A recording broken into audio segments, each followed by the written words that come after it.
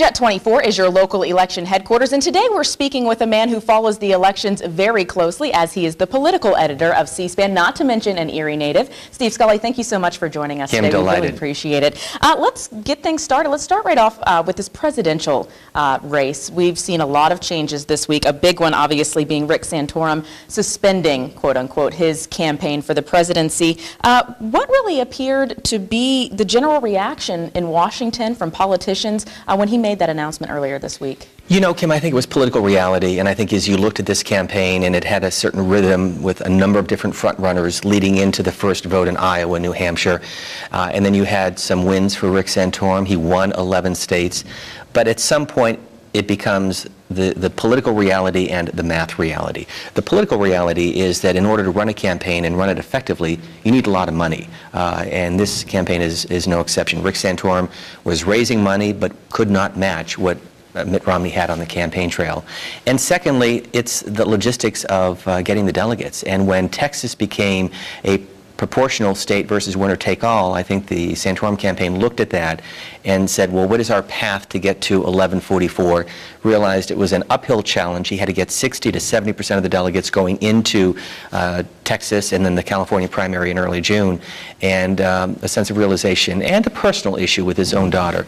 And I think collectively that led to his decision to do so now rather than go through 3 weeks of an expensive primary, go further into debt here in the state, and then still question, how do I get to 1144? Well, it's certainly been an interesting ride up until now, and no doubt it will be through November. Having covered a lot of elections, how does this election season stand out in your mind compared to elections in the past?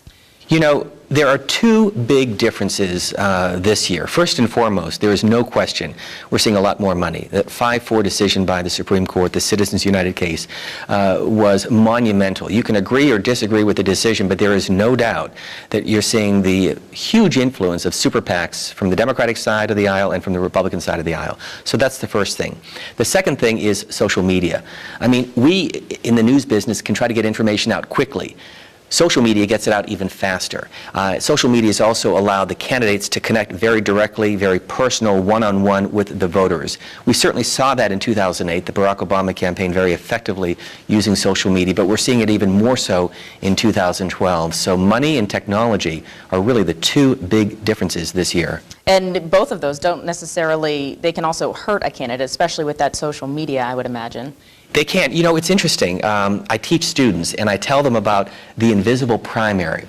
A couple months ago, I had a chance to talk to Jimmy Carter, and he talked about what it was like to run for president in 1975. As an underdog, there wasn't cable news, there wasn't social media, so he was able to go out and deliver speeches, make some mistakes, hone his message, and then win some primaries, and then he was thrust on the national stage. Those days are gone. You have debates, a record number of debates in 2012. Everything you say or do, every nuance, every mistake shows up on YouTube or Twitter. And so it's a challenge for the campaigns because they realize that they are always on message.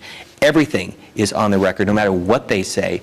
And I think that's changed the dynamics. It's certainly changed the way candidates run for office leading up to the primaries in January of an election year. Well, we probably have time for one more question. Let's talk about something that's had a lot of that's been talked about a lot locally, at least, and that's the redistricting. We next year will have two representatives on Capitol Hill in Erie County, Glenn Thompson and Mike Kelly. What do you say about this redistricting? Does that help or hurt a district when you have it split in half, essentially? You know, I'm not really following closely everything in Northwest Pennsylvania. You could argue that 2 is better than 1. But what you're seeing in Pennsylvania is really no different than what you're seeing in New York and the industrial Northeast. Communities are shrinking. Youngstown, Cleveland, Erie, Detroit. The headline this morning in the Erie paper, 3 elementary schools closing down.